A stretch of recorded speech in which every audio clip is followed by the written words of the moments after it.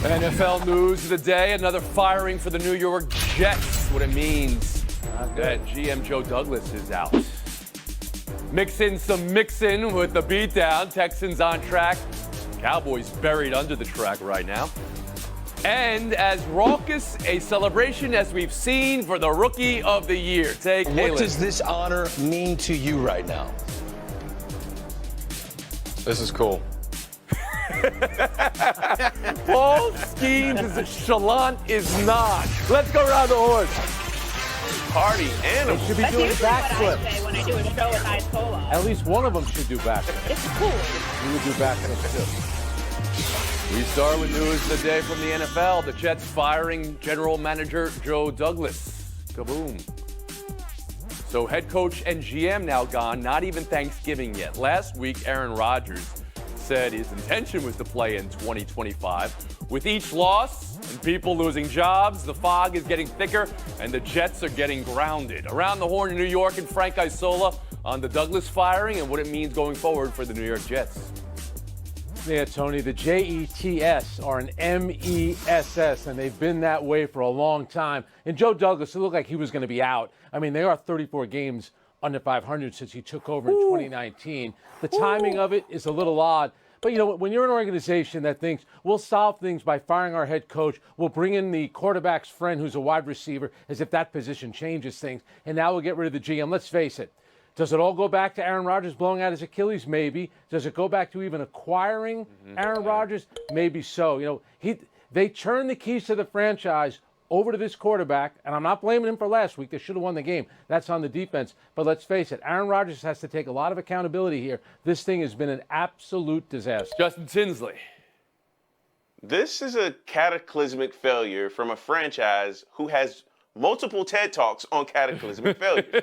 The Jets are quite literally that team or that guy that gets behind the car with no GPS, and where you ask him where you going, he just says, I don't know, I'll figure it out, or maybe I won't. Well, clearly they have not figured it out. And yes, a big bulk of the blame or a big bulk of the talk will go to Aaron Rodgers. 33 consecutive games without 300 yards passing. Career lows with the Jets in yards per attempt and passer rating. But here's the thing that really hurts. They're tied to him in that contract through the end of the decade because of the voided years. And so when you look at this season, why it is the collapse that it is, it's because they were supposed to contend with the Bills this year for AFC East supremacy. They had talent on both sides of the ball, and now guess what? They're back to being the New York Jets. And who the hell wants to go there? Courtney Cronin, around the horn of you. Aaron Rodgers is going to be the scapegoat here, and dare I say that. I don't mean that in like a flippant term because recency, him getting Robert Saleh fired, him getting Joe Douglas fired. But let's go back to 2019. Joe Douglas had 5.5 years to see this plan through. We were told, let's just get the defense fixed. That'll take us to the next level. And then let's just nail the draft class. That'll get us the right roster. And then get the quarterback. That'll take us over the top. And when you take a look at Joe Douglas's tenure with the New York Jets, it's going to be defined by the fact that they could never do the last part. They had the lowest total QBR, lowest completion rate, and lowest yards per attempt since 2019. A lot of general managers around the league get less time to enact their plan. He'll get a job somewhere else. He's a well-respected name around the NFL, but the Jets are still in the same state that they were in before he got hired 5.5 years I'm sensing, ago. yes, it's a mess, it's a disaster, it's a cataclysm, as Tinsley said. George, the question is, what happens now? What happens now? Who the hell knows, Tony? I mean, I don't know where they go at this point because here's the thing. Joe Douglas, his winning percentage with the Jets, 319 in 5 years. So he may get a job somewhere else because he's well-liked or whatnot, and he's had some hits and some misses. But I don't know if that record warrants another GM opportunity. Now, Aaron Rodgers absolutely deserves some of the blame here in regards to the Robert Saleh stuff. I don't know if he deserves any blame here with Joe Douglas. I guess maybe he hinted that he wanted certain guys. But to me, Tony, the biggest issue here is ownership. This is way bigger than Aaron Rodgers, okay? Look at Woody Johnson's tenure with the Jets and tell me that he's not the biggest problem here, the guy who perhaps meddles in situations. We've seen plenty of those owners in the history of this sport and others, okay? That, to me, is the bigger problem. You are only as good as the top, and the top of this franchise, from a sports perspective, is pretty rancid. 32 jobs, though, Frank guys. So, give Yeah. Jets fans something to hold on to here. Well, I mean, let's face it, the name Bill Belichick certainly. Oh, that's right at the tip here of we everyone's go. tongue. No way. Hang on. Come on. They need to do something, though. When you look at teams like Pittsburgh and Baltimore, New England, when Belichick was there, why are these teams always successful? Kansas City, the same way. Yes, there's talent there, but there's also a power structure, and there's accountability and checks and balances. You don't have your quarterback not showing up for mini camp because he wants to be in Egypt coming off an Achilles injury, and they're not playing a single down in the preseason. They need someone there to take total control of that organization and build a real culture course. like they have in those places. But you that I just talked about. nominated Bill Belichick. Do you think, George, No you're way. shaking Why your not? head no. Do you think Belichick? No, wait. Why would Belichick want to go to that dumpster fire? Al Groh's not around to take over for him, so no, he's absolutely not going to the Jets. Al Groh. Woo. That's why. We've been horned. We'll move on from one dumpster fire to another. The roof caved in on the Cowboys season literally last night. And the stat that it's been 6 straight home games of trailing by 20 plus, that's just brutal. Empty seats at Cowboy Stadium as well. Texans 3-score win. Joe Mixon is a cement mixer when he runs the football, but last night didn't even need the mix on. Wide open lanes. Yards before contact for him. Courtney Cronin around the horn to you, and the number one takeaway from Texans 34, Cowboys 10.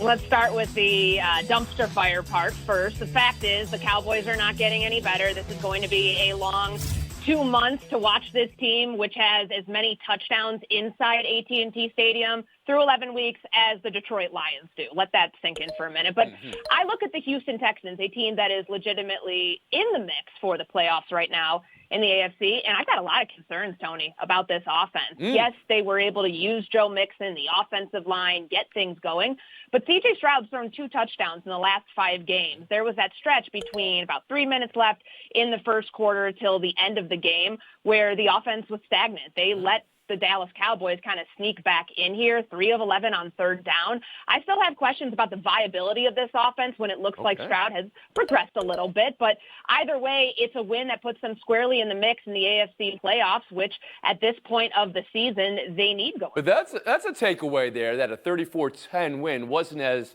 34-10-y as it might look. George Sedano, around the horn to you, a takeaway from last night. Well, what I would add to that in regards to what Courtney said, Hall of Famer Steve Young has said this before numerous times over the years about guys who had great rookie seasons at the quarterback position and talking about how that sophomore season is way more challenging because now there's film, right? Yeah. Everyone sees your tendencies, everyone sees what you're capable of, and they're going to try to figure out how to stop that. They've also had some injuries and whatnot. Joe Mixon deserves a lot of credit, though, particularly for what he's been able to accomplish on the road. I mean, you're talking about historic type stuff with Joe Mixon in that regard. But with the Cowboys, I mean, listen, no one is happier that the Jets are the biggest dumpster fire in the NFL than Jerry Jones and the Cowboys right now. Frank Isola, you have a takeaway from last night?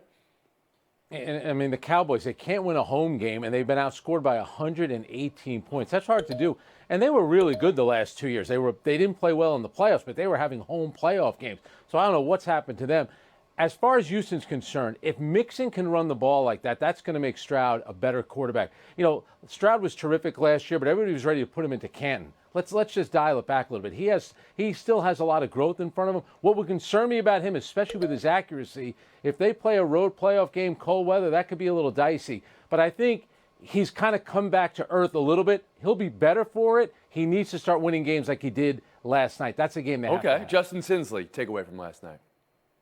Look, even with the concerns about the Texans, they're the better team, and they were always going to win. You know why? Because they played the Cowboys at home. And the Cowboys' last 6 home games, this includes last year's, home games, and this includes the last the Green Bay and last year's playoff. They've only held the lead for 2 minutes and 15 seconds at home. Is that right? They've been outscored by 118 points at home, like Frank said. That's the 3rd most in the Super Bowl era. Because you know why? This franchise has not been committed to winning since 1994. I know that sounds drastic. I know it sounds like I'm overindulging in it. But when Jerry fired Jimmy Johnson in 1994, that told you everything that man needed to know about winning. That told you everything he needed to know about winning. So when you see the pieces of metal fall from the sky, no, that's symbolic because the sky has officially fallen in Dallas. It is bad. It has been rock bottom. They've had great teams over the years and great players, but I don't know where the future lies for this team. Well, its future is ahead of it. I know we were talking about some really tough teams there. I do appreciate Courtney Cronin putting in the binaural beats, so those thoughts about dumpster failures did not exactly apply to her Chicago Bears just yet. We'll take a break right here. Buy or sell low. 106 Sixers 89 last night. Philly's fourth loss in a row. Bam flat out turned Embiid on one play. Players, coaches meeting post-game kept the locker room closed for an hour. Reporting from Shams Charania here is that Tyrese Maxey, who didn't play because he's hurt but nearing a return, called out Embiid, who did play, despite being doubtful with illness, for being late to everything.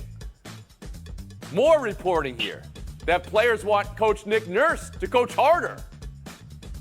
An unnamed source calling it all the elephant in the room on elephantine disappointment, and what it tells you that there was this meeting and that it all got out around the horn. George Sedano. Tony, if you look at their situation, 2-11, okay, 108 teams in NBA history have started 2-11 or worse. Only 8 have made the playoffs. None have won a playoff series. They had to have this meeting already, as crazy as it sounds. And Tyrese Maxey was the one guy with real skin in the game who's been there. I know he's hurt right now, but has been there with Joel Embiid, is actually close with Joel Embiid, and can actually be honest with Joel Embiid. So that's a dose of honesty. Do you think this will have a positive response from Embiid and the team, George? Yeah, I do, Tone. I think that they'll still be in that play-in, maybe the playoff area. It's going to be tough to have to climb out of this hole even this early in the season, but I think they'll be able to right the ship once they get Courtney home. Cronin? Man, I didn't realize that Marcel Louis-Jacques and Pablo Torre had so much in common with Joel Embiid, who's apparently late to all of these things. I kid. Wow. Oh, my goodness. I will say, though, that as someone who covers a team that has a lot of meetings between players and coaches and has heard about players telling coaches that they want to be coached harder, it usually doesn't end well. It usually means that someone somewhere down the line very quickly is going to be fired. But this, to me, is beyond what happened, like, in the short term in that meeting. Joel Embiid was just not aggressive last night. It was the first time since the 2017 season that he didn't attempt a free throw. There's something going on with him specifically that seems to be the root of all their issues. Justin Tinsley? Look, I saw Courtney's Instagram stories yesterday. She listened to way too much DMX. That was She's crazy. listening right now, I think. Yeah, right. So I'm not going to call this an implosion yet, Tony, but there will be signs. If you're having players-only, coaches-only meetings before Thanksgiving, there are signs there. And here's the thing. The Sixers are 2-11. They're tied with the Washington Wizards in the basement of the Eastern Conference. Anytime you're tied with the Wizards in basketball right now, that's a bad thing. So can they turn it around? Yes, I believe they have the talent to turn it around, but as George just said, what does turning around even look like for a team that has now. championship? You only need to get to the 10th Yeah, seed. I'm but talking about this the team was looking politics for a top 3 in seed. a locker room. I'm talking about a player calling out another player for being late to everything, Frank Isola. The star player, the face of the franchise. And I think good for Tyrese Maxey, because forget about the fact that Embiid is 12 for 37 on the season shooting. Forget the fact that they're 0-3 when he's played in the 3 games. You can't show up on time, and you're supposed to be the guy on the team. You're just moping around the court, showing up late. It's a bad look all the way around. Doesn't want to play, back-to-backs.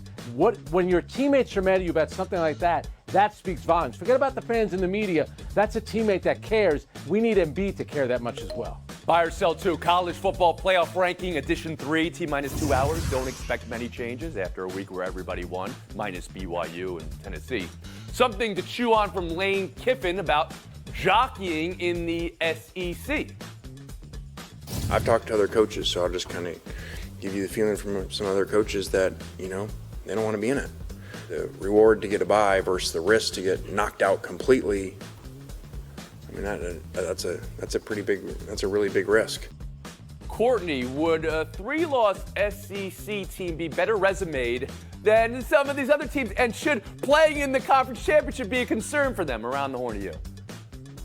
Well, it depends on how the conference championship game would go. Of course, the opponent, the way the game plays out, the score. But Lane Kiffin is expressing PTSD that all SEC coaches have from last year, seeing Georgia go in undefeated to the SEC championship game, lose that game, and then they got left out of the 14 college football playoff. Ole Miss has 2 losses right now. If they finish 10-2 and they go into the SEC championship game and lose, they could be on the outside looking in because, A, they have that Kentucky loss, bad loss, on their resume. And on top of that, there's 6 teams right now, Ole Miss included, that are vying for the mix. There's no clinching scenario until week 14. This is what happens when you have a conference with this much talent, with teams that cannibalize each other. And it should be a reward to go play in your conference championship game, but for the reasons I just explained, what Lane Kiffin was saying, it's not. George, you're not buying it. What are you buying? Tone, let me tell you this. I'm buying this. It's a master class by Lane Kiffin and Kirby Smart the other day, too, in politicking, okay? Because the committee has shown that if you lose, doesn't matter. They don't like losses. They're going to knock you for losses in this situation. And the SEC is trying to ride off the back of its reputation of being the best conference over the last 10, 15, 20 years, where if you look at last season alone, you can make a clear argument that the now defunct Pac-12 was the best conference in America, not the SEC, who did not have a representative in the championship game last year. So it's a masterclass in politicking, and they're feeling the heat in the SEC. Justin Tinsley? You know, this is a case of I don't want to hear from the messenger, but the message makes sense. And I get what he's saying, but boo-hoo. But still, boo-hoo. This is the SEC. These are the blue bloods of college football. They've written off this expectation and reputation that they're the best college football teams in the land. Well, guess what? Go win your conference championship. And guess what happens if you win your conference championship? You get a bye. This is football. Big risks, big rewards, big losses. I don't want to hear, oh, maybe we shouldn't play in our conference championship. No, get out of here. College Football Playoffs Committee is choosing the 12 best teams, Frank. Would a 3-loss SEC team that played in their conference championship but got that 3rd loss there be a better team in your eyes? I think they would be. Let's face it. They really wanted to call it the SEC Invitational, not really the College Football Playoff. But remember, it's the NCAA. Nothing is fair. Notre Dame doesn't have a conference championship game. So some teams have to play in one, other schools don't. If Notre Dame can win its last 2 games, they're in the playoffs. So none of it is fair. Lane Kiffin is right, but guess what? Tough luck. Go win your conference championship game if you're in. You know, Showdown is like our conference championship right here. Somebody's going to get a loss. Sedano and Cronin, you won't even be getting that opportunity, though. Go listen to some BMX. Tinsley, Isola, Showdown in 2 minutes. Bang. The Toronto now. This is cool. Paul Skeens, Rookie of the Year. The race versus Jackson Merrill. Skeens, 23 first-place votes, putting him over the top. Maybe you had a vote on that, or maybe it's Cy Young tomorrow. Skeens again, or Chris Sale, or Zach Wheeler. Skeens says his vote would go to Sale. Justin, you agree? You know, Skeens has the personality of the 1990s Undertaker, so I'll be his Paul Bearer. No, he deserves to win Cy Young. From the moment he introduced himself to the league in May, he has been the best pitcher. 1.96 ERA, struck out 11.5 batters per 9 innings. He was the guy. Frank Isola? I'm selling Sale. I love the fact that Skeens did it he was dominant over a short amount of time. There's nothing wrong with that. He's being gracious. It's like me saying, I want Justin to win. I really, really want him to win. All I right, hope but he does. So you both Come had on, Skeens Frank. for Cy Young. All right. Yeah. I was fishing there, and I guess you're both catching the Skeens. We'll move on. Split the point. Cavs, Celtics tonight. Oh, yeah. 15-0 on the line in Boston. So it's November basketball, but this is a huge, delicious matchup when you think of the win streak. Also, it's the Cup. Frank, does the Cleveland undefeated run end at the Champs' house tonight? Unfortunately, I think it does. Look at the way Boston treated the Knicks on opening night, where the Knicks said, we should have played you in the conference finals. They got blown out. I'm not saying a blowout tonight, but the Celtics want to put them back in their place. Justin Tinsley? I actually have it extending to 16 games. This is a team that is well-rounded. Wow. Top 10, top 5 in offensive and defensive ratings. No, and Darius Garland comes back tonight. Excuse me. Mitchell coming back. Garland has been balling. Yeah. I think the Celtics are also top 10 in those metrics you gave. We'll give the point to Isola. Showdown 3, the New York Giants. Yesterday's decision to bench Daniel Jones and start Tommy DeVito Is that tipping the hand that there's a plan to play for the #1 pick? Also, Jones getting demoted all the way to QB3. Frank, can you make sense of the Giants' plan here? It doesn't make sense. A lot of the Giant players don't understand. I'm not going to criticize a kid named DeVito, but clearly the Giants, kind of like the Jets, are going to be looking for a quarterback during the offseason. Justin Tinsley? Yeah, honestly, Daniel Jones made out like a fat rat in this. I think he's going to have the better future. He can go to another team and possibly turn his career around, whereas the Giants have no plan moving forward. Frank Isola is going to go to FaceTime and turn this show around. Wow. It's been a long time. Hey, maybe you heard that the great Bob Love passed away this week at the age of 81. He was a great player in the 60s and 70s. His number 10 is retired by the Chicago Bulls. But it's more than that. He's an inspirational story. This was a guy that grew up with a stutter. After he was, think about how that impacts a young guy. When he was older and he was done playing, he was working at a store in Seattle. Told you what our MO is today. We standing on business. We standing on business. I need you to stand on business. We still standing on business. I need you to stand on business. Hey, Adam Silver, he's standing on business. The message tonight is the 76ers. And damn it, they got to stand on business. Richie, you're not a part of this because damn it, I'm standing on business even more. Bam! All right, Park, who needs to stand on business? Why are you cheating like that, bro? Cause I just love the whole standing on business. You know what? And it's a shame we haven't bought standing on business It's one here time now. this season. But we here now. We're here now. Listen, we know that J.J. Redick, LeBron, and AD, they've been standing on business since the season started, okay? But I'm looking in another direction right now with the Los Angeles Lakers. I'm looking at their rookie, a guy that they drafted in 2024, a guy that's been averaging over 20 points per game the last 3 games, a guy that dropped the 27-piece in their last game on the back-to-back against the Pelicans. I'm looking at Dalton Knecht. Why? I'm looking at him to stand on business tonight because now he's in the starting lineup. Damn it, you earned this right. I know Rui Hachimura has been out because of injury, but don't give it back. And you know how you don't give it back? By continue to go out there and put up numbers and play like Dalton Knecht has been playing. I heard what J.J. Redick told Matt Christie after the San Antonio game. Hey, when you play like that, I don't want to take you out the game. That's the same energy he needs to keep with Dalton Knecht. That's the same energy Dalton Knecht need to keep J.J. Redick with when he's in the starting lineup. Well, Dalton connected for 27 points against the Pelicans last game. But when you look at this stretch, the Lakers rattling off a couple in a row now, what did you learn about them here? Well, the big move that J.J. Redick made was bringing Dalton Knecht in the starting lineup, which, as Perk said, has worked really well. And also, D'Angelo Russell going to the bench has embraced the role and has played his best stretch of basketball. One of the thing they had issues with was getting production off the bench. Lakers are getting that production from both their starter and from D'Angelo Russell. Got to beat the Jazz any day you play them in the Western Conference. The next 3 games for the Lakers are tough.